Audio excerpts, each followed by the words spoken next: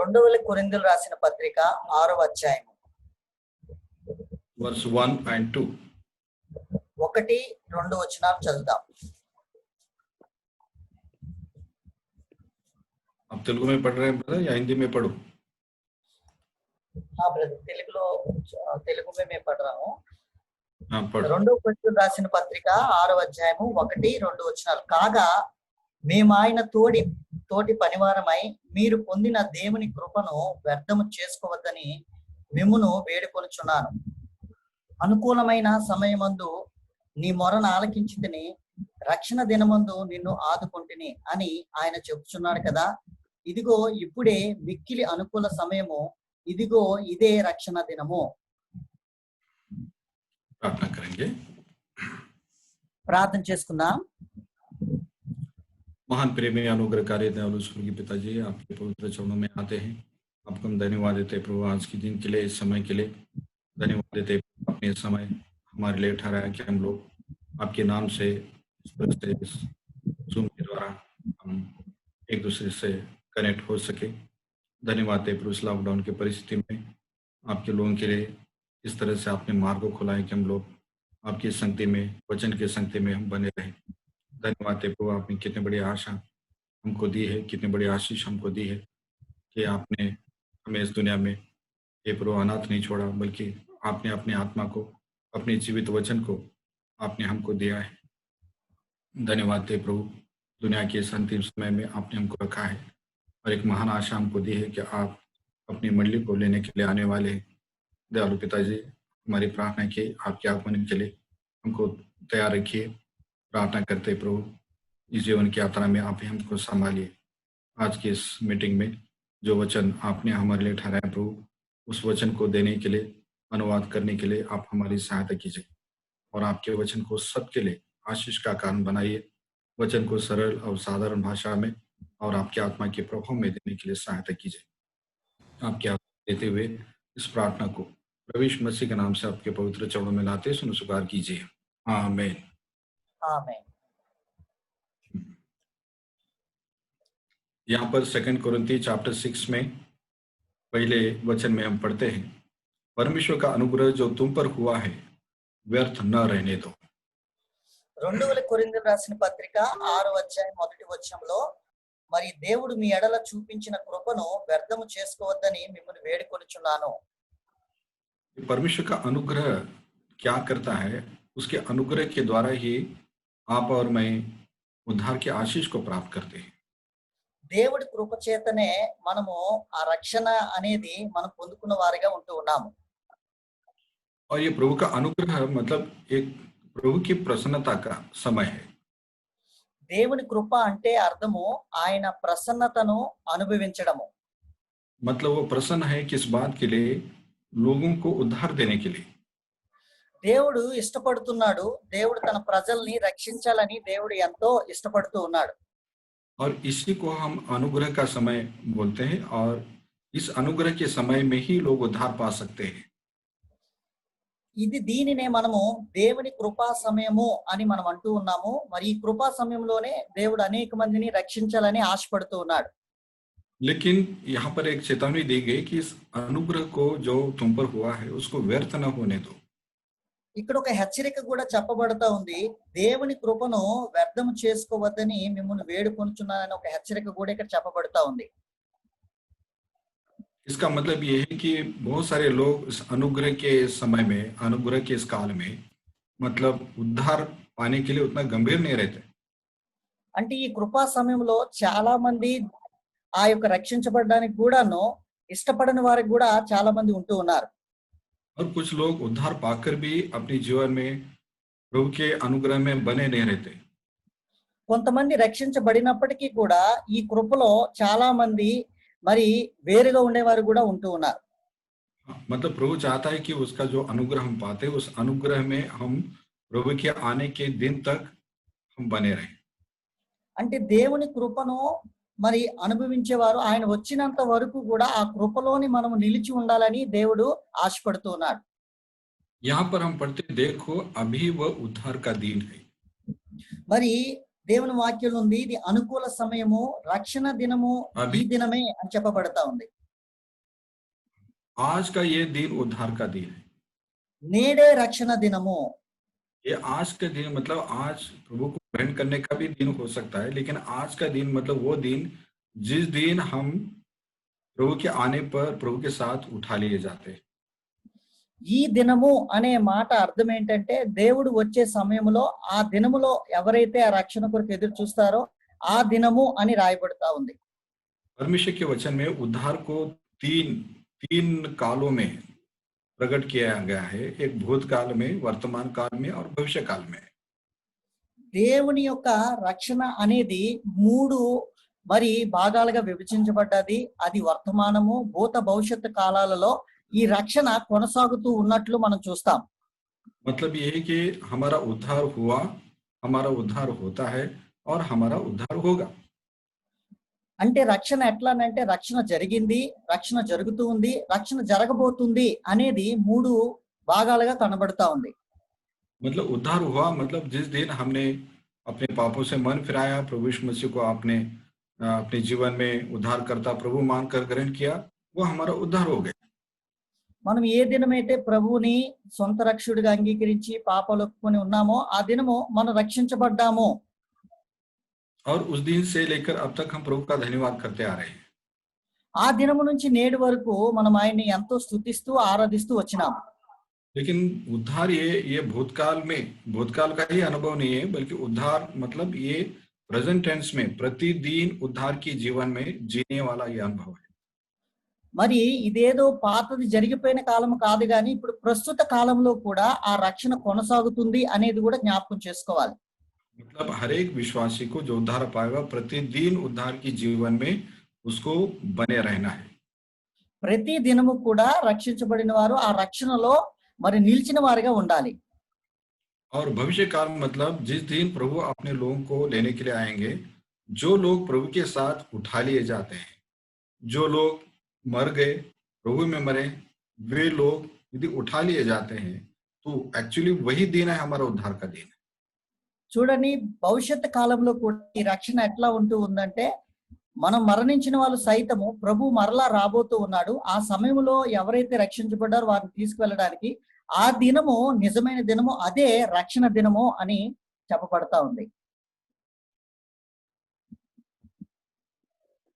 मतलब ये है कि प्रभु के आगमन पर जो लोग प्रभु के साथ उठा लिए नहीं जाएंगे, वे लोग मतलब इस उद्धार का जीवन उन जो पाया है, मतलब उस उद्धार की जीवन में उस गवाही में बने नहीं रहे, ये उसका कारण होता है। చూడండి ఇంకా యేసు ప్రభు రెండో రాకడ వచ్చినప్పుడు ఎవరైతే ఆ రాకడలో సిద్ధపడకుండా మరి ఆ రక్షణ పొందినప్పటికీ కూడా ఆయనతో ఎవరైతే ఎత్తబడలేరో మరి వారిలో ఈ రక్షణ కార్యము మరి అక్కడికి ఆగిపోయినట్లుగా కనబడతా ఉంది. मतलब ये उद्धार की गवाही में वे लोग बने नहीं रहे, ये उसका मतलब है। దాని యొక్క అర్థం ఏంటంటే రక్షణ మరి ఆ యొక్క సాక్ష్యంలోని రక్షణ దానిలోని వారు ఇంకా నిలిచిలేరని అర్థము. इसका मतलब ये है कि उद्धार का जीवन ये लापरवाही का जीवन नहीं है। రక్షణ అనే జీవితము ఇదేదో మరి నిరుత్సాహం లేకపోతే ఇదేదో పోగొట్టుకున్న జీవితం లాంటిది కాదు, వ్యర్థపరిచేది కాదు. केयरलेस लाइफ का जीवन नहीं है। అంటే వ్యర్థపరిచే జీవితము మరి ఆ తృణీకరించే జీవితంగా లేదు. नहीं, ठीक से नहीं बोल रहे ना भाई, केयरलेस बोलो। केयरलेस क्या बोलते हैं? केयरलेस, నిర్లక్ష్య జీవితము కాదు. हाँ, तो इसलिए परमेश्वर के वचन में हमेशा हमको चेतावनी दी गई है, वार्निंग दिया गया है, जागते रहो। మరి అనేక మార్లు దేవుని వాక్యంలో చెప్పబడుతుంది మీరు నిరంతరము మరి మేల్కొని ఉండండి అని చెప్పబడతా ఉంది.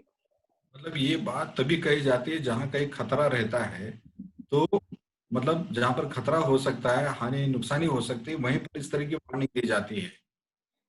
ఎక్కడైతే మరి మరి భయంకరమైన పరిస్థితి ఇటువంటి విధానాలు కలిగి ఉంటాం అటువంటి సందర్భాల్లోని మనము జాగ్రత్తగా ఉండాలి అనేది చెప్పబడతా ఉంటది. इसलिए उद्धार पाए हुए लोगों को भी मतलब इस तरह से अपने जीवन भर सावधानी बरतने की जरूरत है। కాబట్టి రక్షించబడినప్పటికీ కూడా మనము చాలా మరి నిర్లక్ష్యముగా కాకుండా మరి జాగ్రత్తగా ఉండాలని దేవుడు హెచ్చరిస్తున్నాడు. परमेश्वर के वचन में ये एक एक संदर्भ लिखा हुआ है, उसको हम लूका रचित सुसमाचार 13 अध्याय में पढ़ते हैं। దేవుని యొక్క వాక్యంలో ఒక సందర్భాన్ని చూద్దాము. లూకా సువార్త 13వ అధ్యాయము. लूक गॉस्पेल चैप्टर 13, లూకా సువార్త 13వ అధ్యాయము.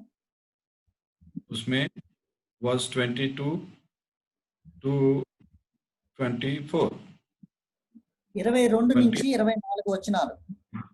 25 also, हाँ? पढ़ो भाई, 25 వచనాలు వరకు. 25 वचन तक पढ़ो। ఆయన యెరూషలేమునకు गौरी भाई ప్రయాణమైపోవచ్చు. ఆయన యెరూషలేమునకు ప్రయాణమైపోవచ్చు, బోధించుచు పట్టణములోను గ్రామములోను సంచారము చేయుచుండెను. ఒకడు ప్రభువా, రక్షణ పొందిన వారు కొద్దిమందేనా అని ఆయన అడగగా, ఆయన వారిని చూచి ఇరుకు ద్వారమున ప్రవేశింప పోరాడుడి, అనేకులు ప్రవేశింప జూతురు గాని వారి వలన కాదని మీతో చెప్పుచున్నాను. ఇంటి యజమానుడు లేచి తలుపు వేసిన తర్వాత మీరు వెలుపల నిలిచి తలుపు తట్టి, అయ్యా మాకు తలుపు తీయమని చెప్పున ఆరంభించినప్పుడు 25 వచనాలు. ठीक है भाई जी, 25 वचन तक पढ़ा है. 25 पे पढ़ लिया क्या? हाँ भाई जी. आपका इंटरनेट थोड़ा स्लो चल रहा है तो हाँ, थोड़ा डायरेक्शन चेंज करके बैठो अच्छे तरह से। तो यहाँ पर हम पढ़ते हैं कि किसी ने प्रभु यीशु मसीह से प्रश्न किया, क्या उद्धार पाने वाले थोड़े हैं? మరి ప్రభుతో ఒక యవనస్తుడు ప్రశ్నించాడు, ప్రభువా మరి రక్షించబడిన వారు కొద్దివారేనా అని అడిగినాడు. लेकिन प्रभु ने बहुत गंभीर जवाब दिया कि मैं तुमसे कहता हूँ, बहुत सारे प्रवेश करना चाहेंगे और नहीं कर सकेंगे। మరి ఆయన వారికి చాలా గంభీరమైన సమాధానం ఇచ్చారు. ఆయన వారిని చూచి ఇరుకు ద్వారమును ప్రవేశించే వారు జూతురు గాని వారి వల్ల కాదని చెప్పుచున్నాను అని చెప్తున్నాడు. मतलब चाहते हुए भी लोग नहीं जा पा रहे हैं। అంటే చాలా మంది పొందాలని అనుకుంటారు కానీ మరి వారు పొందలేరు. क्योंकि वो अंदर प्रवेश करने के लिए जो कंडीशंस है, वो कंडीशंस को पूरा नहीं कर पा रहे हो।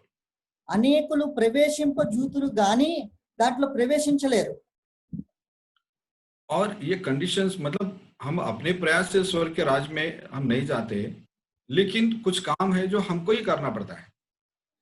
కాబట్టి కొన్ని పనులు ఉన్నాయి, ఆ పనులు మనము చేసిన ద్వారా వెళ్దాం అనుకుంటాం కానీ చేయలేము. దేవుని పద్ధతి ద్వారా చేసినప్పుడు దాంట్లో వెళ్ళే వారిగా ఉంటూ ఉన్నాం. हमारा उद्धार होने के लिए परमेश्वर का एक रोल है और हमारा भी एक रोल होता है। మరి రక్షణ పొందడానికి మనం చేయవలసిన పని ఉన్నది, దేవుడు చేయవలసిన పని కూడా ఉంటూ ఉంది. जैसे वचन में पढ़ते हैं कि परमेश्वर के अनुग्रह से हमारे विश्वास के द्वारा हमारा उद्धार होता है। మరి దేవుని యొక్క వాక్యంలో రాయబడింది, మరి రక్షణ విశ్వాసం దీని వల్లనే దేవుని యొక్క కృప ద్వారా మనకి రక్షణ దొరుకుతున్నట్లు చూస్తున్నాం. इसका मतलब है कि अनुग्रह ये परमेश्वर का रोल है और विश्वास ये हमारा रोल है। కృప అనేది దేవుడు చూపించేది, విశ్వాసం అనేది మనుషుడు చూపించాలి. उसका अनुग्रह ये हुआ कि प्रभु यीशु मसीह को इस जगत में भेजा ताकि हमारे लिए क्रूस पर बलिदान होकर हमारे पापों का प्रायश्चित करे। దేవుడు మన మీద కృప చూపించాడు, సిలువ పైన మరణించి ఆయన రక్తం మన కొరకు కార్చాడు, ఆయన కృప చూపించాడు. और ये कठिन काम है और वो कठिन काम प्रभु यीशु मसीह ने पूरा किया। ఈ కష్టమైన పనిని ప్రభువారు మన కొరకు చేసినాడు. अब वो काम, छोटा काम हमारे ऊपर रखा है, लेकिन छोटा है तो भी बहुत इंपॉर्टेंट काम है, और ये है कि हम विश्वास करें। కాబట్టి చిన్న పనే గాని ఆ పనిని చేయడానికి చాలా విధి ఉన్న, కేవలం మనం విశ్వాసం ఉంచాలి. मतलब क्या विश्वास करें? हम प्रभु यीशु मसीह के बलिदान पर हम विश्वास करें। మనం దేని మీద విశ్వసించాలి? దేవుడు మన కొరకు ఆయన మరి బలిదానము, మన కొరకు ఆయన చేసిన బలి అర్పణ మీద మనము విశ్వాసం ఉంచాలి. परमेश्वर के उद्धार करने की सामर्थ पर हम विश्वास करें। దేవుడు మన కొరకు చేసిన ఆ సామర్థ్యమైన కార్యము, బలమైన కార్యం మీద విశ్వసించాలి. प्रभु यीशु मसीह के लहू के सामर्थ पर हम विश्वास करें। మరి దేవుడి యొక్క యేసు రక్తం అనే ఆ యొక్క బలమైన కార్యము మీద మనం విశ్వసించాలి. प्रभु यीशु मसीह के मारे जाने, गाड़े जाने और जी उठने पर हम विश्वास करें। యేసు ప్రభు మన కొరకు మరి మరణించి సమాధి చేయబడి లేపబడ్డాడు. దాని మీద మనము విశ్వాసం ఉంచాలి. और ये विश्वास हम अपने पापों के पश्चाताप के साथ करते हैं, కాబట్టి ఈ విశ్వాసము ఈ పశ్చాత్తాపము మీద ఆధారపడుతూ ఉంటుంది. क्योंकि यीशु का लहू उन्हीं लोगों पर वो अप्लाई होता है जो लोग अपने पापों के लिए पश्चाताप करते हैं। ఎవరైతే మరి పశ్చాత్తాపడతారో వారి మీద యేసు రక్తము అనేది పనిచేయడం జరుగుతూ ఉంటుంది. क्योंकि बाइबल बताती है कि यीशु का लहू हमें सब पापों से धोकर शुद्ध करता है। బైబిల్లో రాయబడింది యేసు రక్తము ప్రతి పాపమును కడుగును పవిత్రపరచునని రాయబడింది. और हम ये भी पढ़ते हैं यदि हम अपने पापों को मान लें तो वो हमको हमारे अधर्म से शुद्ध करने में विश्वास योग्य और धर्मी है। ఆయన నమ్మదగిన వాడు. మన పాపములు మనం ఒప్పుకున్నప్పుడు ఆయన నమ్మదగిన వాడు, పవిత్రపరిచిన వాడుగా కనబడుతూ ఉన్నాడు. इसका मतलब है प्रभु यीशु मसीह का लहू उन्हीं को धोता है या उन्हीं को क्षमा मिलती है जो अपने पापों के लिए पश्चाताप करते हैं। ఎవరి మీద ఈ రక్తం పనిచేస్తుందంటే ఎవరైతే పశ్చాత్తాపడి ఆ రక్త ప్రోక్షణలోనికి వస్తారో వారి మీద ఈ కార్యం అనేది జరుగుతుంటుంది. यहाँ पर लोग 13 अध्याय में हम पढ़ते हैं कि बहुत सारे लोग प्रवेश करना चाहते हैं और नहीं कर पाते। उसका कारण ये होता है कि लोग विश्वास तो करते हैं लेकिन मन नहीं फिराते, पश्चाताप नहीं करते। లూకా సువార్త 13వ అధ్యాయంలో అనేకులు ఆ ద్వారములో ప్రవేశించాలి చూస్తురు గాని చాలా మంది ప్రవేశించరు. దీనికి కారణం ఏంటంటే విశ్వాసం అయితే ఉంచుతారు గాని దానిని ప్రయాసపడి దాంట్లో వెళ్ళడానికి ఇష్టపడరు. मतलब विश्वास करते हैं लेकिन पापों से मन भी नहीं फिराते। అంటే విశ్వసిస్తారు గాని మారు మనసు గాని పశ్చాత్తాపము వారిలో ఉండదు. इसलिए 27 वचन में वो उन लोगों से कह रहा है कि मैं तुमसे कहता हूँ ये कुकर्म करने वालों तुम सब मुझसे दूर हो जाओ। కాబట్టి 27వ వచనంలో రాయబడింది అక్రము చేయవర్లరా మీ అందరూ నా యొద్ద నుండి తొలగిపోవుడని చెప్పాను. मतलब ये कुकर्म करने वाले लोग उनको बोल रहा है कि तुमको अंदर प्रवेश नहीं है बोल के। అక్రము చేయవర్లరా మీరు లోపల ప్రవేశించడానికి యోగ్యులుగా లేరు. इसलिए वहां पर 25 वचन में पढ़ते हैं कि वो घर का स्वामी है, वो क्या किया, वो द्वार बंद कर दिया है। मतलब और कुछ लोग खड़े हैं बाहर खड़े होकर वो बोल रहे हैं हमारे द्वार खोल दो, हम अंदर आना चाहते हैं। అయితే ఇక్కడ ఒక తలుపు వేయబడుతుంది. చాలా మంది వచ్చి మాకు తలుపు తీయడని వారు అయ్యా మాకు తలుపు తీయడని వాళ్ళు అంటూ ఉన్నారు. కానీ యజమానుడు ఆ తలుపు మూసి ఉన్నాడు. और वो मतलब अपना परिचय दे रहे हैं कि हमने आपके साथ खाना खाया और हमने आपका वचन भी सुना है। ऐसा इस तरह से वो बोल रहे हैं कि हम आपको जानते हैं। అంటే వారు తను తాను పరిచయం చేసుకుంటున్నారు. మేము నిన్ను ఎరిగిన వారమే, కూర్చొని భోజనం చేశాము, నీ వాక్యాన్ని విన్నాము అని తన పరిచయం చెప్తూ ఉన్నారు. मतलब वचन सुन लिया या मंदिर में आए, चर्च में आए, वो सब मतलब कोई भी आ सकता है। అంటే దేవుని మందిరానికి వచ్చారు, వాక్యం వచ్చారు, ఎవరైనా రావచ్చు.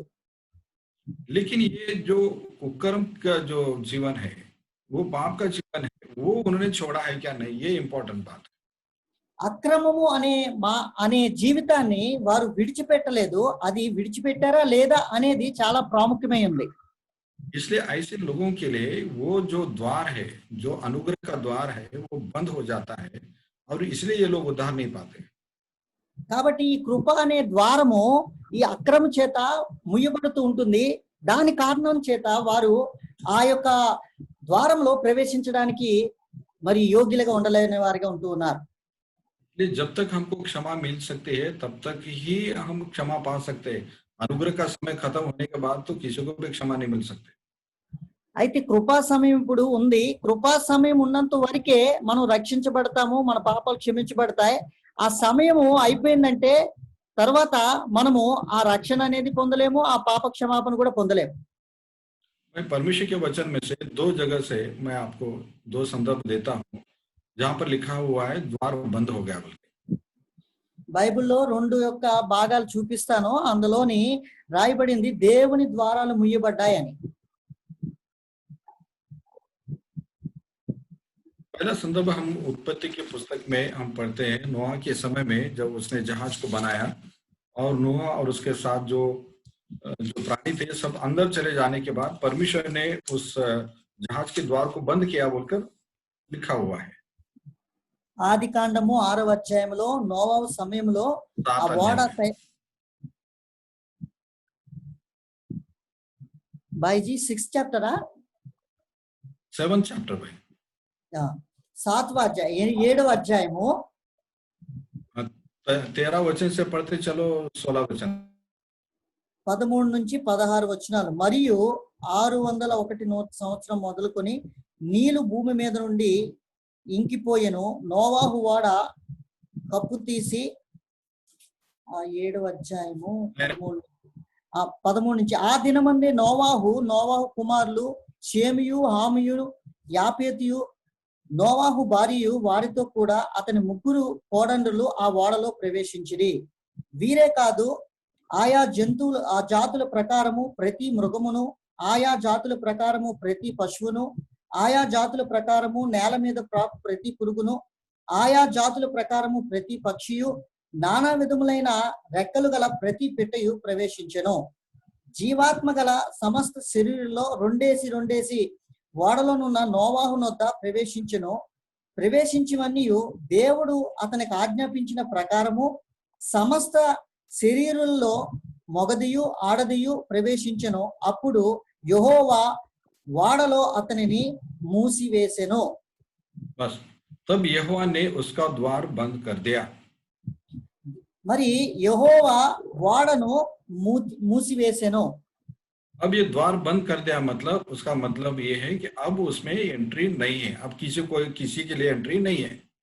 అంటే ఆ ద్వారం మూసివేసినంటే అర్థం ఏంటంటే ఇంకెవరి కొరకు మరి ఆ ద్వారం తెరచబడేదిగా లేదు, మూసివేశాడు పూర్తిగా. अब इससे पहले जो आ सकते थे, जो भी आ सकते थे वो अंदर आए. మరి దీనికి ముందుగా ఎవరైనా రావాల్సిన వారు దీంట్లోనికి రాబడడానికి మరి ఆహ్వానం అయితే ఉంది. नूह का परिवार भी मतलब उसके तीनों बेटे तीनों बहू भी उसके अंदर आ गए. మరి చూడండి, ముగ్గురు కుమారులు ముగ్గురు కోడండ్రులు వాళ్ళందరూ కూడా దీంట్లోకి వచ్చినారు. मतलब ये है कि नूह उसकी पत्नी और ये बेटे बहू सब ये सब लोग मतलब 8 लोग उसके अंदर आ गए. అంటే దీంట్లో 8 మంది ప్రవేశించబడ్డారు. నోవాహు, తన భార్య, ముగ్గురు కోడండ్రులు, ముగ్గురు కుమారులు, 8 మంది ప్రవేశించారు. और हम देखते हैं कि यदि चाहते तो नूह के जो और भाई लोग थे या उसके आस पड़ोसी थे या और कोई नाती रिश्तेदार थे, वे लोग भी आ सकते थे. కావాలనుకుంటే మరి నోవాహు తన యొక్క అన్నదమ్ములు, నోవాహు యొక్క ఇరుగు పొరుగు వారు, తన నైబర్స్ చాలా మంది ఉన్నారు, వారు కూడా రావడానికి మరి అర్హులుగా ఉన్నారు దీంట్లోనికి. लेकिन वे लोग नहीं आए. వారు దీంట్లోనికి రాలేదు. इसका क्या मतलब ये है कि लोग नहीं आए, मतलब वे लोग मतलब ये कि परमेश्वर का जो न्याय आने वाला है उसके ऊपर वो विश्वास नहीं किए. దేవుడు న్యాయం దాని మీద వారు విశ్వసించలేని వారిగా ఉన్నారు. అందు కారణాన్ని బట్టి వారు ఈ ఓడలోనికి ప్రవేశించబడలేదు. हम पढ़ते हैं इब्रानी के पत्री में 11 अध्याय में कि जब परमेश्वर ने नूह को चेतावनी दी है कि सारे पृथ्वी का अंत वो करने वाला है, तो वो बहुत डर गया बोल के लिखा हुआ है. ఏప్రిల్ రాసిన పత్రిక 11వ అధ్యాయము, इब्रानी के पत्री 11 ఏప్రిల్ రాసిన పత్రిక 11వ అధ్యాయము 7 वचन 7వ వచనం. విశ్వాసమును బట్టి నోవాహు అది వరకు చూడని సంగతుల గురించి దేవుని చేత హెచ్చరింపబడి భయభక్తులు గలవాడై తన ఇంటి వారి రక్షణ కొరకు ఒక ఓడను సిద్ధము చేసెను. అందువలన అతడు లోకము మీద నేరస్థాపన చేసి విశ్వాసమును బట్టి కలుగు నీతిని వారసుడాయెను. यहाँ पर लिखा हुआ है, जो 7 वचन में बहुत सारी बातें लिखी है. लिखा है कि जब परमेश्वर ने उसको न्याय के बारे में, उस न्याय के दिन के बारे में बताया, तो वो न्याय का दिन उसको दिखाई नहीं पड़ा, लेकिन उसने विश्वास से उसको देखा. మరి ఆ న్యాయ దానము కార్యము బట్టి వారు చూడలేదు, కానీ దాని మీద ఆయన విశ్వసించాడు. నేరస్థాపన మీద విశ్వాసమును బట్టి అనే మాట చూస్తాం. मतलब ये है कि वो बाढ़ कैसे आते, कैसे वो सबको डूब जाता है, ये सब मतलब उसको दिखाई नहीं दिया, लेकिन उसने विश्वास से उसको देखा कि वो कितना भयंकर हो सकता है। దేవుని యొక్క ఉగ్రత అనేది ఎట్లా ఆ యొక్క వరదలు వస్తున్నాయి, ఆ ఎట్లా అది ఆ ఓడంతా లోకమంతా మునిగిపోతుంది, అది అతను చూడలేదు. కానీ విశ్వాసమును బట్టి అతను విశ్వసించాడు. నేరస్థాపన, ఈ యొక్క తీర్పు అనేది వస్తుంది అనేది దాని మీద ఆయన విశ్వసించాడు. और इसलिए लिखा है इंग्लिश में बहुत अच्छा, he was warned by the and he moved in his spirit, मतलब वो अपने दिल में ऐसे एकदम डर गया, उनका लिखा हुआ है। మరి దేవుని వాక్యంలో రాయబడింది, దేవుని చేత హెచ్చరింపబడి అనే మాట కనబడతా ఉంది.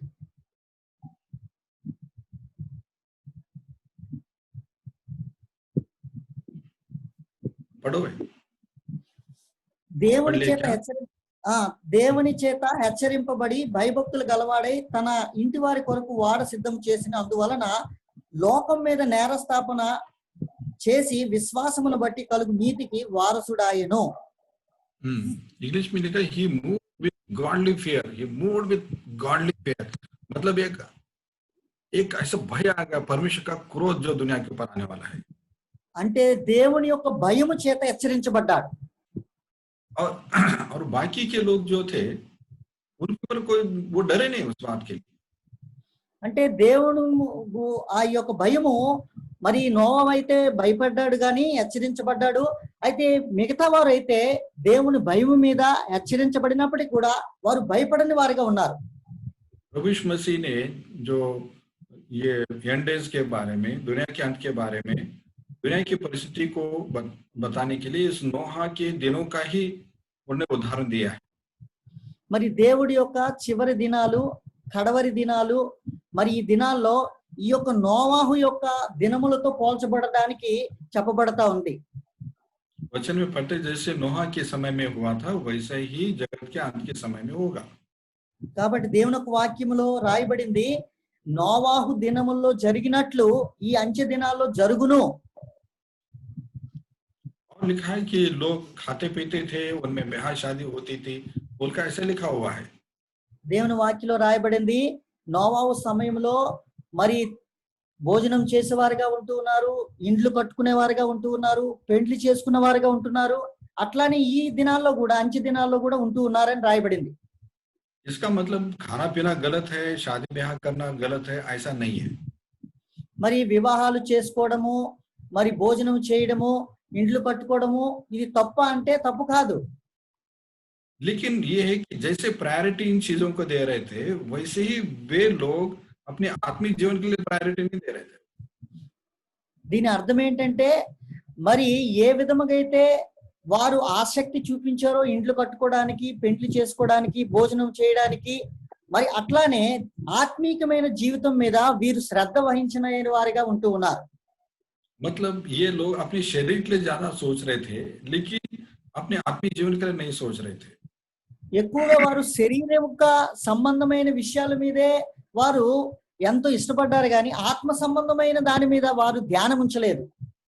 और लिखा हुआ है कि जब जल प्रलय आकर उन सबको बहाना ले गया तब तक उनको मालूम नहीं चला बोल के लिखा हुआ है।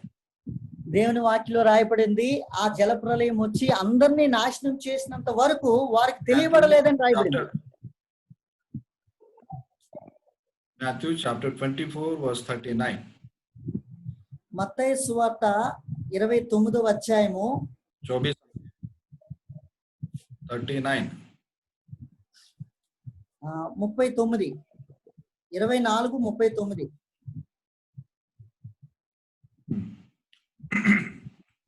జలప్రలయము వచ్చి అందరినీ కొట్టుకొని పోవు వరకు ఎరుగకపోయిరి, అలాగుననే మనుష్య కుమారుని రాకడ ఉండును. मतलब उनको मालूम नहीं पड़ा, मतलब मालूम नहीं पड़ा, इसका मतलब ये है कि वो जब बारिश भी हो रही है ऊपर से तब भी उनके समझ में नहीं आया कि ये बारिश उनको ले डूबेगी। అంటే అక్కడ వర్షం పడినప్పటికీ కూడా వారు ఎరుగక ఉన్నారంట. మరి ఆ వర్షంలో వారు కొట్టుకుని పోతారని కూడా వారు ఎరగక ఉన్నారు అని మరి వాక్యంలో రాయబడింది. मतलब ये है कि जब बारिश होते शायद वो नॉर्मल बात ऐसे समझ ले, అంటే వారికి వర్షం పడినప్పుడు వారు ఏదో తేలికగా తీసుకున్నారు.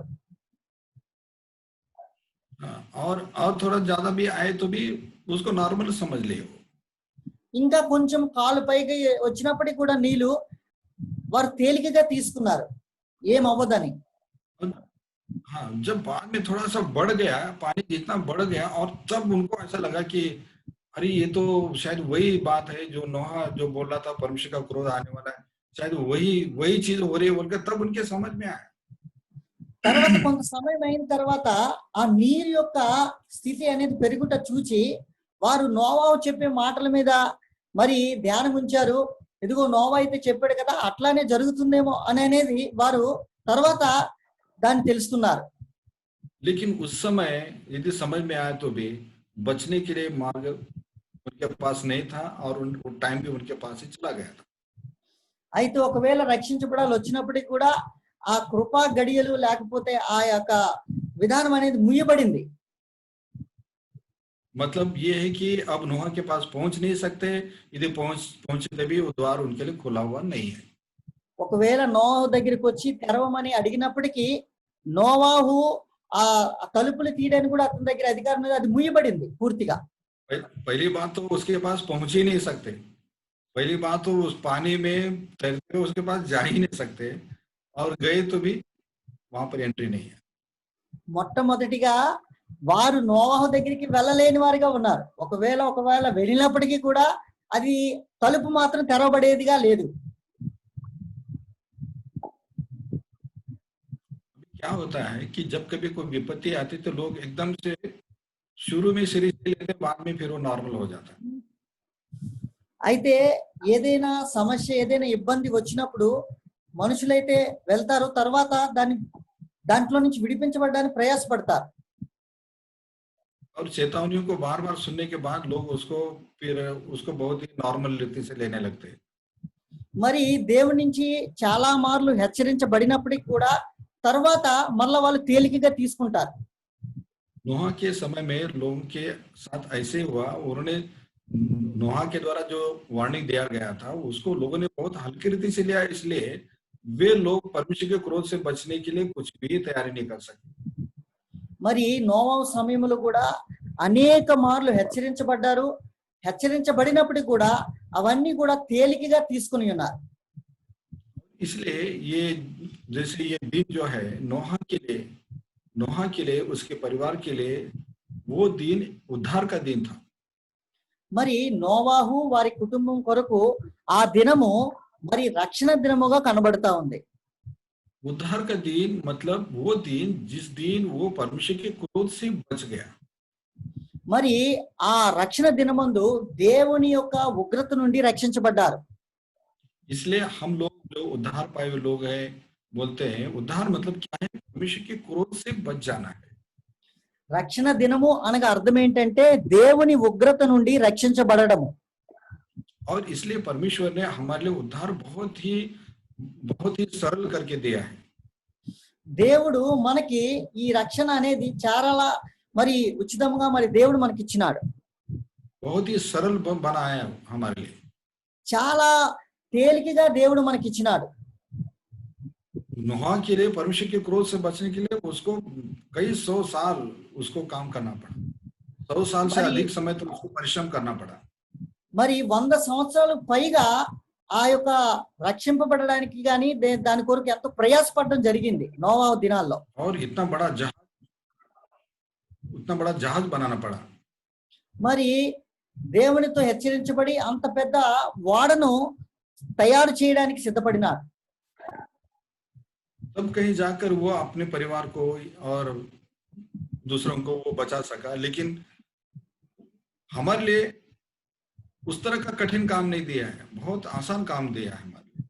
మరి నోవాహు అంత ప్రయాసపడిన ప్రయాస అనేది మనకైతే లేదు గాని దేవుడు మనకి ఎంతో సరళంగా దేవుడు మనకి ఈ రక్షణ అనేది ఇచ్చినాడు. प्रभु चाहता है कि हम लोग परमेश्वर के क्रोध के उस विषय को बहुत ही सीरियसली लेना, हम लोग और अपने जीवन में स्पिरिचुअल बातों को प्रायोरिटी देना, और प्रभु के उस क्रोध से बचने के लिए हमें नोहा की तरह जीना है। కాబట్టి దేవుడు ఈ యొక్క ఉగ్రత దినమందు మనము భయపడువారుగా హెచ్చరించబడిన వారిగా ఉంటూ ఉన్నాము. అంత మాత్రమే కాదు, మనము తేలికగా ఉండేవారంగా కాకుండా మనము మన ఆత్మీయ జీవితాలు గంభీరంగా ఉండాలి. ఆత్మ సంబంధమైన విషయాల మీద ఉండి నోవాహు వలె మనం జీవించాలి. मतलब कि नोहा ने जहाज भी बनाया और नोहा ने अपने परिवार के लिए जो भी ड्यूटी करना पड़ता है, कुछ परिश्रम करना पड़ता है, रोटी के लिए कुछ भी परिश्रम करना पड़ता है, वो भी नोहा ने जहाज बनाकर पूरा समय नहीं बिताया, और वो ही करता तो फिर खाना कहाँ से खाता? वो बैलेंस रखा उसने. అంటే నోవాహు వాడను సిద్ధపాటు చేశాడు. అంత మాత్రమే కాదు, తనకు తన కుటుంబంతో కూడా ప్రయాస కూడా పడ్డాడు. मतलब एक फैमिली लाइफ में जो भी रेस्पॉन्सिबिलिटीज रहते हैं, वो रेस्पॉन्सिबिलिटीज को पूरा करते हुए, ड्यूटीज की रेस्पॉन्सिबिलिटीज को पूरा करते हुए अपनी स्पिरिचुअल रेस्पॉन्सिबिलिटीज को भी उसने मेंटेन किया. అంటే దీని అర్థము తన యొక్క కుటుంబంలో జరిగే ఆ పరివారిక జీవితంలో జరిగే వారిని కూడా పోషిస్తూ వచ్చినాడు. తాను ప్రయాసపడుతూ వచ్చాడు. ఆత్మ సంబంధమైన విషయాల మీద ధ్యానం ఉంచాడు. ఇవన్నీ కూడా సమతులితంగా ఉంచి చేసుకుంటూ వచ్చాడు నోవా జీవితం. तो इसलिए हमको लोगों ने जो उदाहरण दिया है कि नोहा के दिनों में जैसा हुआ था वैसे ही होगा, हमारे लिए बड़ी चेतावनी है. इसलिए हम लोग नोहा की अपने एक बैलेंस्ड स्पिरिचुअल लाइफ को मेंटेन करना है. నోవాహు వలె మనము కూడా నోవా దినముల వలె దినాల్లో మనం ఉంటూ ఉన్నాము. కాబట్టి నోవాహు వలె మనము కూడా అన్ని కూడా ఒక బ్యాలెన్స్, ఒక సమతులితమైన జీవితాన్ని జీవిస్తూ ఉండాలి. यस, मतलब खाने पीने का भी रहता है, शादी भी रहता है, फैमिली लाइफ रहता है, सब रहता है.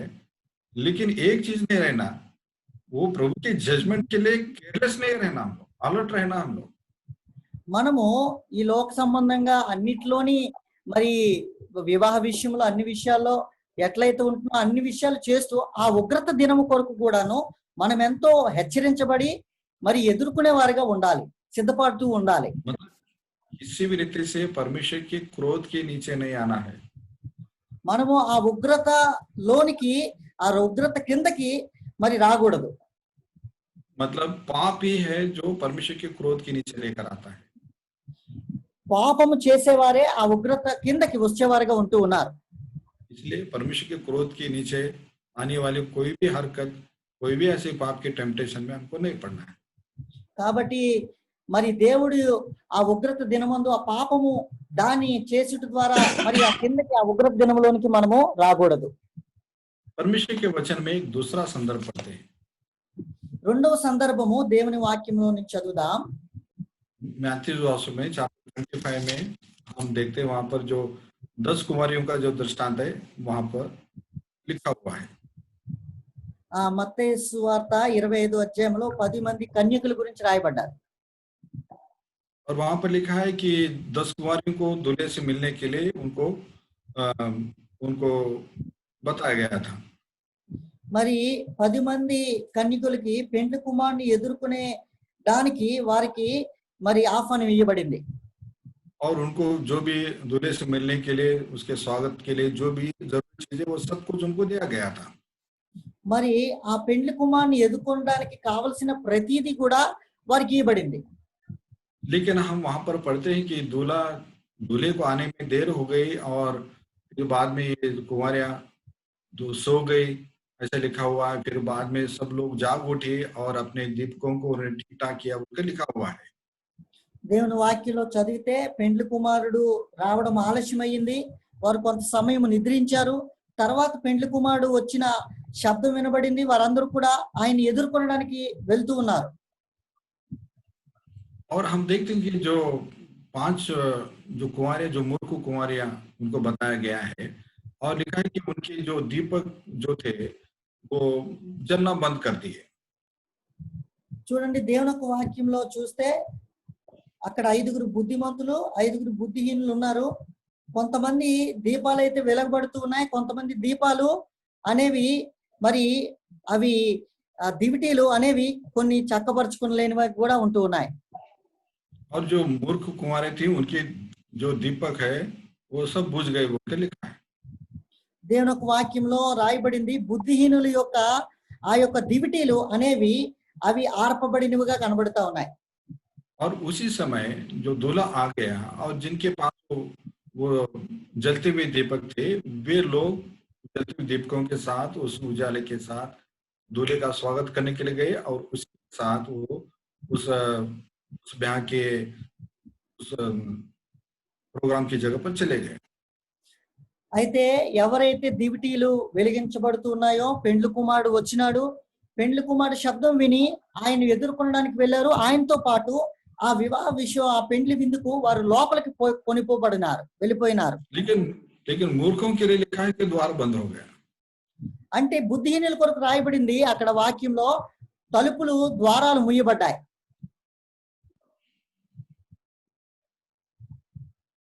Matthew's Gospel chapter 25. మత్తయి సువార్త 25వ అధ్యాయం 10వ వచనం. వారు కొనుపోవచుండగా పెండ్లి కుమారుడు వచ్చెను, అప్పుడు సిద్ధపడి ఉన్నవారు అతనితో కూడా పెండ్లి విందుకు లోపలికి పోయిరి. और द्वार बंद किया बोलकर नहीं लिखा क्या? 11వ వచనం లిఖా బాయ్జీ. అంతటా తలుపు వేయబడెను. ఆ తరువాత తక్కిన కన్యకులు వచ్చి అయ్యా అయ్యా మాకు తలుపులు తీయమని అడుగగా. बस अब लिखा है कि जैसे ही दूल्हे के साथ ये 5 बुद्धिमान कुंवारे चली गई, द्वार बंद हो गया और मूर्ख जो कुंवारे थी वो बाद में आकर बोलने लगे हमारे द्वार को खोल दो. మరి 10వ వచనంలో చదివితే బుద్ధి మంతులుగా ఉన్న ఆ యొక్క కన్యకులు ప్రభుతో పాటు వెళ్ళారు. 11వ వచనంలో బుద్ధిహీనులు వచ్చి మా కొరకు తలుపు తీయబడిన అన్నప్పుడు తలుపు వారి కొరకు వేయబడింది. తరువాత వారు ఎంతో బతిమలాడుతూ ఉన్నారు. इसका मतलब द्वार ये बंद हो गया, ये बड़ी दुख की बात है, बहुत ही दुख का विषय है. తలుపు మూయబడును అనే మాట ఎంతో దుఃఖకరమైన మరి మాటగా కనబడతా ఉంది. विश्वासी लोगों के लिए एक बहुत बड़ी वार्निंग है ये. ఇది విశ్వాసులైన మనకి ఒక గొప్ప హెచ్చరికగా ఉంటుంది. मतलब ये जो मूर्ख कुंवारियां हैं, ये संसारिक लोगों को प्रकट नहीं करता है, ये विश्वासियों के लिए प्रकट करता है जो प्रभु के आगमन के लिए तैयार होने में वो फेल हो गए. అంటే ఈ బుద్ధిహీనులు ఎవరైతే ఉన్నారో వారు మరి విశ్వాసులకే మరి గుర్తుగా ఉంటూ ఉన్నారు. వారు మరి ప్రభు కొరకు సిద్ధపడిన వారుగా ఉంటూ ఉన్నారు. और उस समय ये बुद्धिमान और बुद्धिहीन में क्या फर्क रह गया? एक 5 जो बुद्धिमान है उनके पास उजाला है और जो मूर्ख है उनके पास उजाला नहीं है, वो अंधकार है, अंधकार से घिर गई हो. అంటే ఇక్కడ అర్థం ఏంటంటే 5గురు బుద్ధిమంతులు ఉన్నారు, వారు వెలుగుతో నింపబడ్డారు. 5గురు బుద్ధిహీనులు ఉన్నారు, వారు వెలుగుతో నింపబడలేదు. అంటే చీకట్లోని మరి ఉంటూ ఉన్నవారుగా కనబడుతున్నారు. इसका मतलब कि प्रभु के आगमन पर कुछ लोगों की गवाही कैसे रहते हैं, उनके जीवन में ज्योति रहती है और कुछ लोग अंधकार में चलते रहते हैं. కొంతమంది సాక్ష్యము వెలుగుతో నింపబడుతూ ఉంటుంది, కొంతమంది జీవితాలు వారి సాక్ష్యాలు అంధకారము చీకటితో ఉంటూ ఉంటుంది. मतलब वो अंधकार में वो चल रहे हैं, मतलब अंधकार एक पाप के जीवन को और पुराने जीवन को प्रकट करता है. ఈ అంధకారమైన జీవితము పాపానికి సూచనగా కనబడతా ఉంది. अभी नूह के उस दिन के साथ वो न्याय का दिन जिस दिन द्वार बंद हो गया और यहाँ पर ये जो ब्याह के घर का द्वार हो गया, इन दोनों द्वारों के साथ तुलना करें तो एक बात हमको विशुद्ध रूप से दिखाई देती है. మరి ఈ రెండు ద్వారాల గురించి మనము చూస్తే మనకి విశుద్ధపరచబడుతూ ఉంటుంది. नोहा के समय का वो दिन जो है वो परमेश्वर के क्रोध से बचने के लिए मतलब वो समय खत्म हो गया, चांस खत्म हो गया. నోవాహు దినములలో తెరవబడిన ద్వారము వారు రక్షించబడినంత వరకు తెరవబడిన తర్వాత అది అక్కడ రక్షించబడకుండా ఉండడానికి అది మూయబడింది కొంత సమయం తర్వాత. परमेश्वर के क्रोध से बचने का चांस खत्म हो गया. అంటే దేవుని యొక్క ఉగ్రత దినము తప్పిబడి అక్కడి నుంచి అది ముగించబడింది. मतलब अब परमेश्वर के क्रोध से बच नहीं सकते, बाकी जो लोग द्वार के बाहर हो गए उनको क्रोध झेलना ही झेलना है. అంటే లోపల వచ్చిన వారు रक्षించబడ్డారు, బయట వారు ఆ ఉగ్రతను మాత్రం వాళ్ళు ఎదుర్కొనే వారిగా ఉంటూ ఉన్నారు.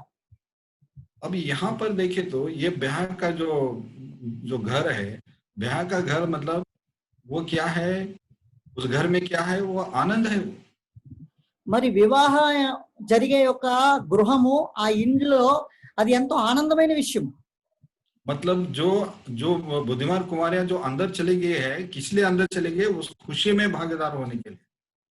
మరి వారు ఎందుకు అందులో ప్రవేశించబడ్డారంటే ఆ యొక్క సంతోషంలో వీళ్ళు కూడా పాలు పంపులు పొందడానికి ఈ బుద్ధిమంతులైన కన్యకులు ఆ ఆనందంలో షామిల్ అవ్వడానికి వెళ్ళినారు.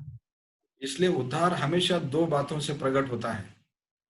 రక్షణ అనేది రెండు మాటల్లో చెప్పబడుతూ ఉంటుంది. एक है परमेश्वर के क्रोध से बचना, మొట్టమొదటిగా దేవుని ఉగ్రత నుంచి రక్షించబడడము, और दूसरी बात है परमेश्वर के आनंद में भागीदार होना। రెండవది ఏంటంటే దేవుని ఆనందములో పాలు పంపులు పొందుట. मतलब साधारण शब्दों में नरक से बचना और दूसरा स्वर्ग में प्रवेश करना। సరళమైన మాటలలో మరి రక్షించబడి దేవుని రాజ్యంలో ప్రవేశించబడడం. मतलब प्रभु ने हमको नरक से ही नहीं बचाया, बल्कि हमको स्वर्गीय राज में उसके साथ उसके आनंद में हमको भागीदार किया है। నరకంలో నుండి తప్పించబడి ఆ పరలోక ఆనందములో మనల్ని పాలి పంపులుగా చేయబడడం. हाँ, स्वर्ग का राज मतलब यहाँ पर परमेश्वर का आनंद है। అంటే పరలోక రాజ్యము ఎంతో ఆనందించే ప్రదేశం. इसलिए वचन पढ़ते हैं कि परमेश्वर का राज्य खाना पीना नहीं, बल्कि वो आनंद है उसके आत्मा के द्वारा से मिलता है।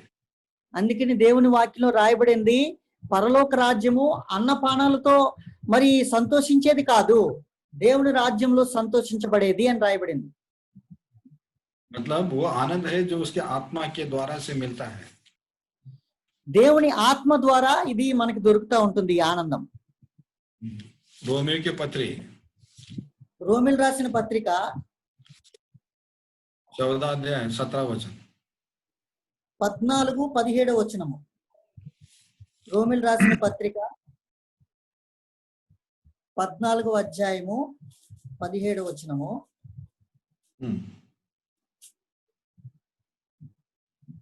पढ़ो भाई, पढ़ो। కాగా క్రీస్తు యేసును బట్టి దేవుని విషయమైన సంగతిలో నాకు అతిశయ కారణము కలదు. 14 अध्याय गलत पढ़ रहे भाई। Roman chapter 14 verse 17। 14వ అధ్యాయము 17 వచనము. దేవుని రాజ్యము భోజనమును పానమును కాదు గాని నీతియు సమాధానమును పరిశుద్ధాత్మ యందలి ఆనందమై ఉన్నది.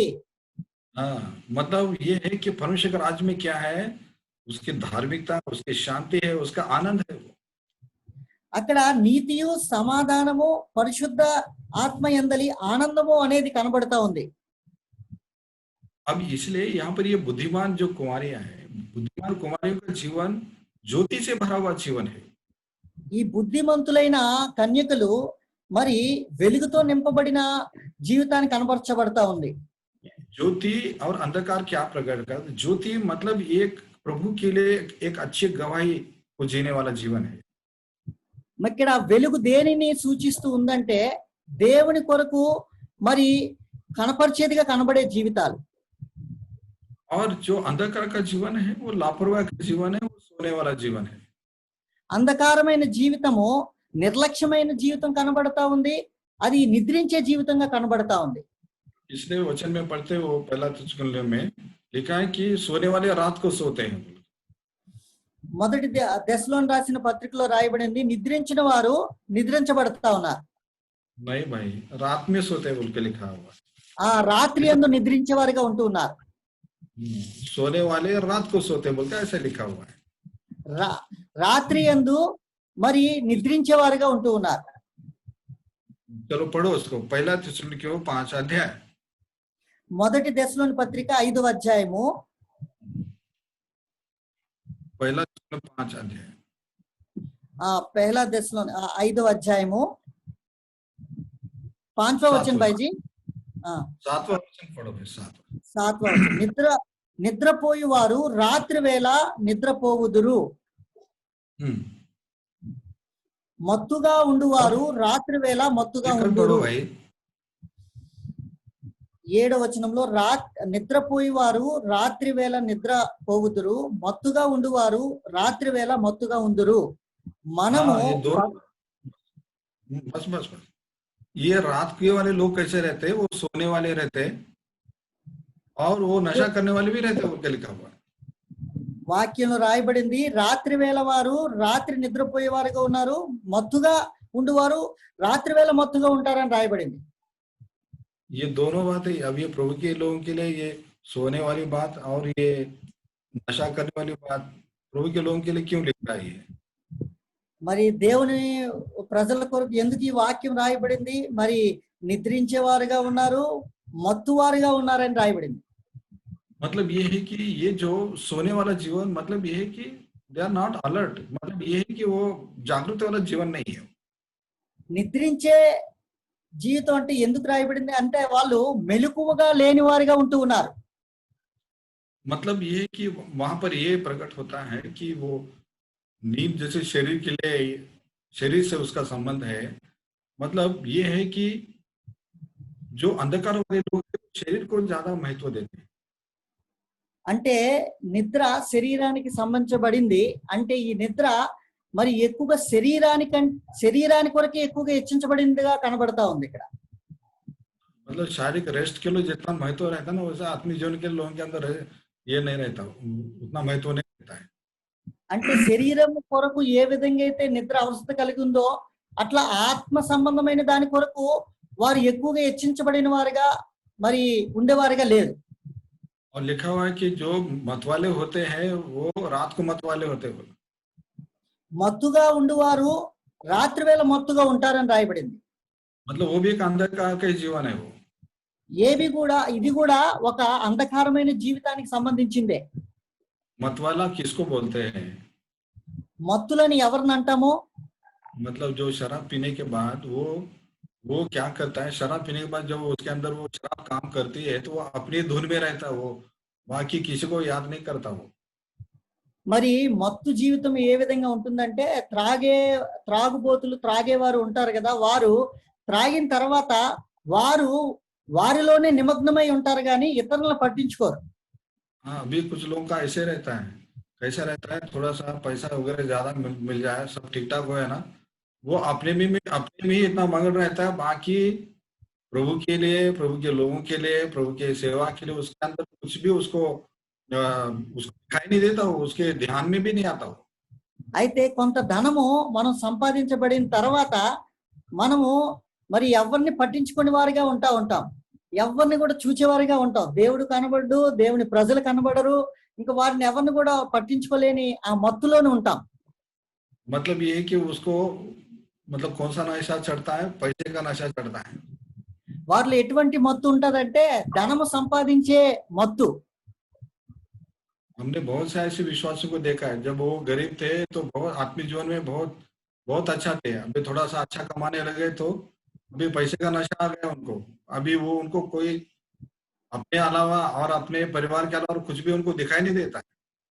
కొంతమంది ప్రారంభ జీవితాల్లో కొంతమంది చాలా పేదరికంగా ఉన్నప్పుడు చాలా కష్టపడుతూ ఇట్లా ఉండేవారు. అయితే వారు కొంత ధనము సంపాదించిన తర్వాత పాతవి ఏవైతే ఉన్నాయో వాటిని అన్నింటిని కూడా మర్చిపోయి ఎదుటి వారిని పట్టించుకునే వారిగా ఉంటూ ఉన్నారు.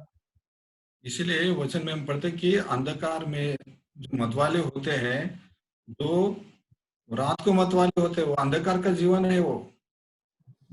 ఇది చీకటి యొక్క జీవితంగా కనబడతా ఉంది. రాత్రి వేళ నిద్రించువారు రాత్రి వేళ మరి మత్తుగా ఉంటారని చెప్పబడతా ఉంది. मतलब प्रभु के लोगों को दुनिया की भी शराब नहीं पीना है और ये पैसे का नशा हमको नहीं आना चाहिए। మరి ప్రభువే ప్రజలుగా ఉన్న మనము మరి మత్తులుగా ఉండకూడదు, మరి ఈ యొక్క ధనము సంపాదించే మత్తులోను కూడా ఉండకూడదు. मतलब धन कमाना तो कोई बुरी बात नहीं है, लेकिन वो क्या होता है कि जब उसका नशा चढ़ जाता है ना, वो किसी को भी, वो सबको भूल जाता है, वो किसी को याद नहीं करता, प्रभु को ही भूल जाता है। మత్తుగా మరి ధనము సంపాదించిన తర్వాత మరి ఏమవుతుందంటే తర్వాత మెల్లమెల్లగా మరి ప్రభువుని ప్రభు బిడ్డల్ని అందరిని కూడా మర్చివారిగా ఉంటాం. और इसलिए यहाँ पर हम पढ़ते हैं कि ये ज्योति का जीवन मतलब ये प्रभु का काम करने वाला जीवन है। మరి వెలుగు జీవితం ఏంటంటే దేవుని కొరకు పనిచేసే జీవితంగా కనబడతా ఉంది. एक वचन पढ़ना, यूहन्ना रचित सुसमाचार, जॉन्स गॉस्पेल चैप्टर 9 యోహాను సువార్త 9వ అధ్యాయము वर्स 4. 9వ అధ్యాయం 4వ వచనము, పగలున్నంత వరకు నన్ను పంపిన వానిని పగలున్నంత వరకు నన్ను పంపిన వాని క్రియలు మనము చేయుచుండవలెను, రాత్రి వచ్చుచున్నది, అప్పుడు ఎవడు పని చేయలేడు. बस जिसने मुझे भेजा है उसके काम हमको दिन ही दिन में करना आवश्यक है. दिन मतलब क्या है? वो प्रभु के लिए जीना, प्रभु का काम करने वाली बात है. మరి దేవుని పని దేవుడు మనం పంపించినప్పుడు పగలు అనగా దినమున్నప్పుడే ఆయన పనిని మనము చెయ్యాలి. मतलब प्रभु का काम करने वाले लोग वे लोग हैं जो प्रभु के आनंद में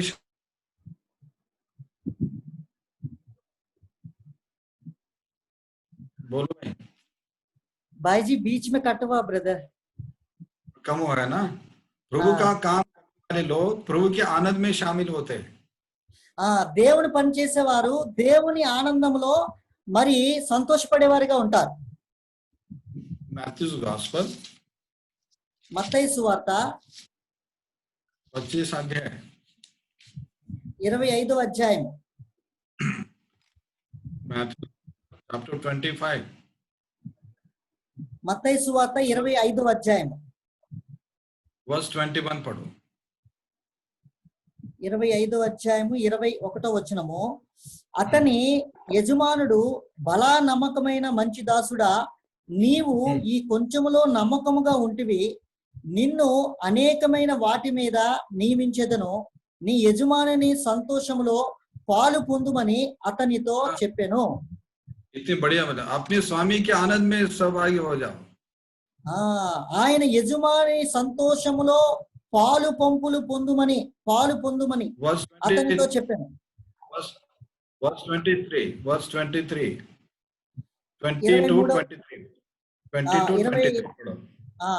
అలాగే ఆ 2 తలాంతులు తీసుకుని వాడు వచ్చి, అయ్యా నీవు నాకు 2 తలాంతులు అప్పగించితివే, అవియుగాక మరి 2 తలాంతులు సంపాదించునని చెప్పాను. అతని యజమానుడు, బలా నమ్మకమైన మంచి దాసుడా, నీవు కొంచెములో నమ్మకముగా ఉంటివి, నిన్ను అనేకమైన వాటిని నియమించెదను, నీ యజమాని సంతోషములో పాలు పొందుమని అతనితో చెప్పెను.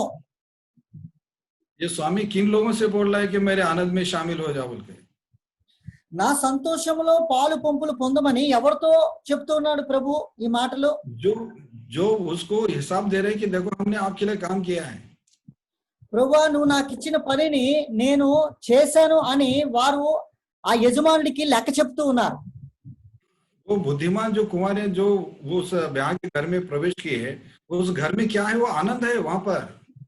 ఆ యొక్క వివాహం జరిగే కుటుంబంలో ఏం చూస్తూ ఉంటామంటే అక్కడ ఎంతో సంతోషం అనేది ఉంటూ ఉంది. इसलिए वो उजाले का जीवन जो है, जो उजाला जिनके पास है, वे लोग उस आनंद में भागीदार हुए.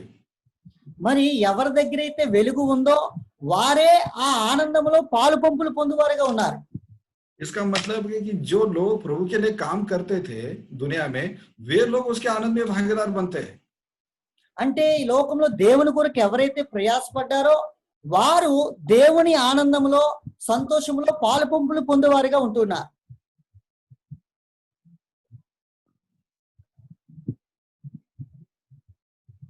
तो इस तरह से हम देखते हैं कि ये उद्धार जो है, 2 बातों में हमने देखा. उद्धार मतलब परमेश्वर के क्रोध से बचना, उद्धार मतलब परमेश्वर के आनंद में, मतलब उसके स्वर्गीय राज्य में प्रवेश करना.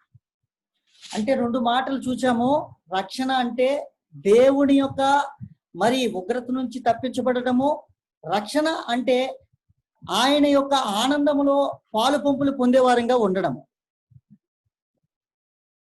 इसलिए हमको ना केवल परमेश्वर के क्रोध से बचने के लिए हमें प्रभु को ग्रहण करना है और पापों से पश्चाताप करना है, वो तो अच्छी बात है.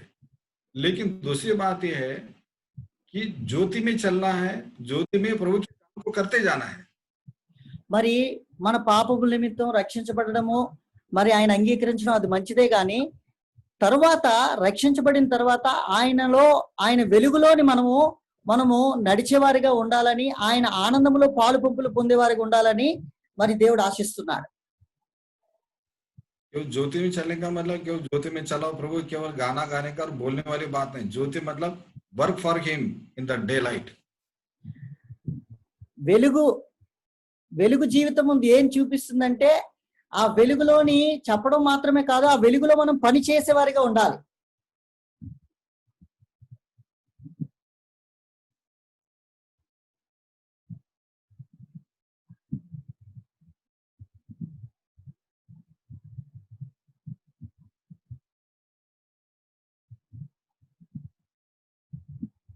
హలో,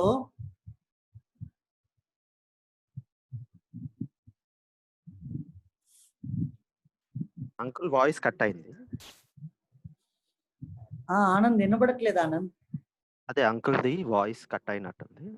ఓకే ఓకే, అంటే అక్కడ నుంచే ప్రాబ్లమ్.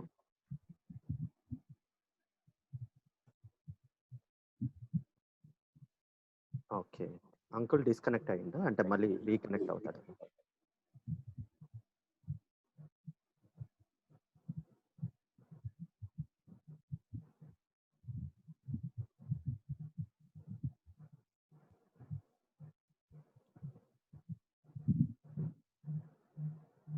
ఒకసారి కాల్ చేస్తారా?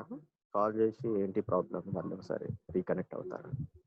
నేను కాల్ చేస్తాను. ఈ లోపలని ఒక పాట పాడండి మీరు. ఓకే ఓకే, ఒక పాట పాడతాను.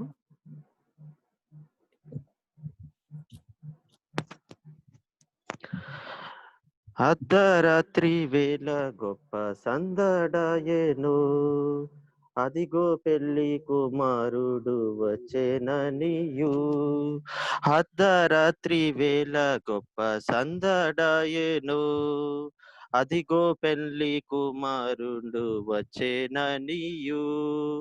సిద్ధముగానున్న వారే వెళ్ళేదరుగా, ఆ ద్వారం మూయబడు త్వరపడుమా.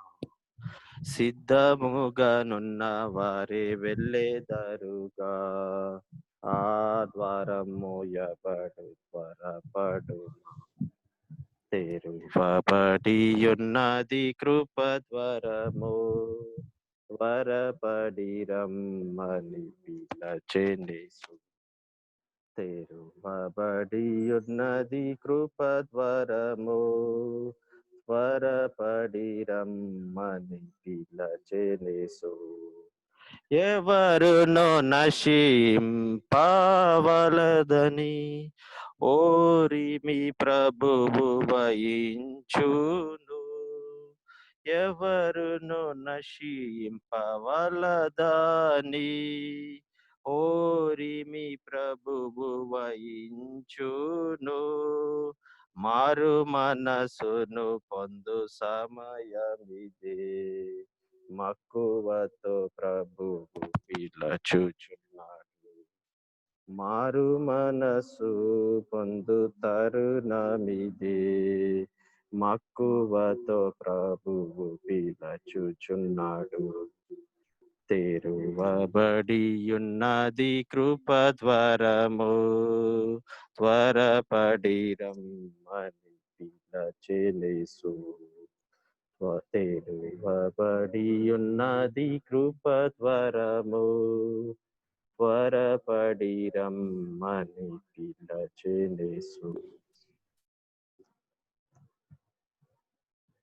Uncle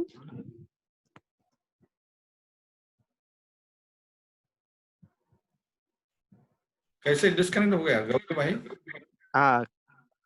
no problem uncle. ఇప్పుడు వినబడుతుంది. We can hear. Now it is over. Yes, It is yes, over. it's fine. It is over now. At that time, I was closing. It is over now. Almost everything is over. They don't know why it happened like that. Don't know, uncle. Maybe some signal issue. Signal, but voice was clear now from my side. From your side only signal issue, uncle. We all were connected. Only. From my side only. Yes, uncle. Okay, once again, give some summary and close, uncle, and do the prayer also. अच्छा, prayer also. अच्छा, अच्छा. Summary means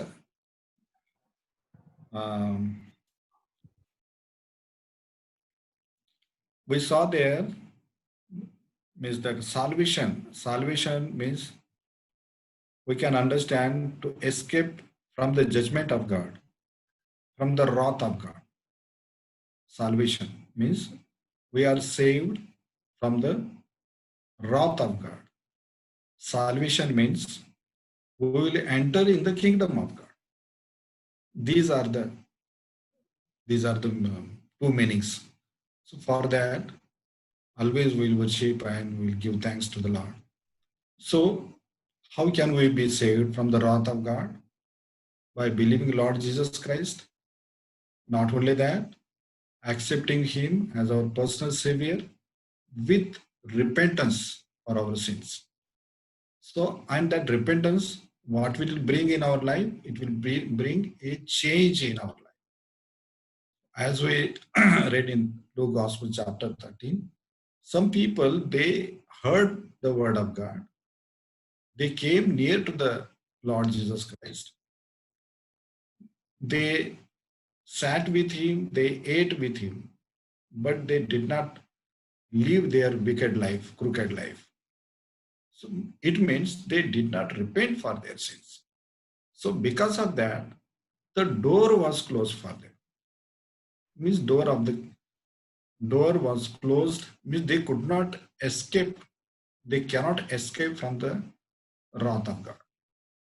So that is the thing. So as we read in the word of God, in the days of Noah, people were busy in the world, eating and all these physical things, material things, but they did not take seriously about the judgment of God.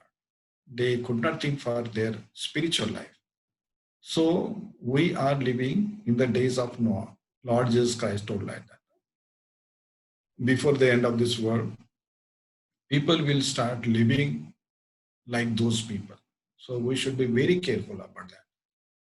And second thing, these foolish virgins, they were in darkness. They were, for some time, they were in the light. But when the bridegroom came, at that time, they were in darkness.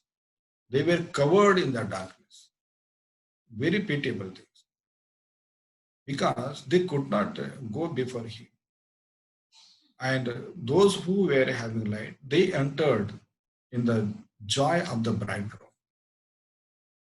So light means, who are having light means work for Him. Means as long as the day is there, we have to work. Because in the night we cannot work. So means we should live in light, means we should work for Him and we should do His will and we should be away from the darkness. Means that careless life, like sleeping and like drunkenness. Drunkenness means, yes, we are satisfied with this all worldly things. How those people, the church of Laodicea, they told we are having everything. Means they are satisfied with the worldly things. We are having everything. That is very bad. So those things are there in the world. Worldly people will do like that. But our mind should be, we should do God's will. We should do God's work. So those people will work for Him. How the master told, you share my joy. Those talents, who earned those talents, they came and they gave report. Sir, we have earned so many talents. And that master told, yes, I'm happy with you. You enter in my happiness. So that is, we should enter in the happiness of God. So if you see about the children of Israel, they were saved from the Egypt. Egypt is a place of suffering. They were saved from that bondage. but salvation doesn't limit there. Salvation means they should be delivered from the bondage, but same time they should enter in the land of promise. We should not be happy only for Lord, you have saved me from the bondage of sin. No, we should be happy for that. Lord, you are taking me to the land of promise. Promise, that is God is having that. The land of promise means that is happiness and joy. So that is the thing. I don't preach in English here, just few words I'm telling like that. I think you could have understood this.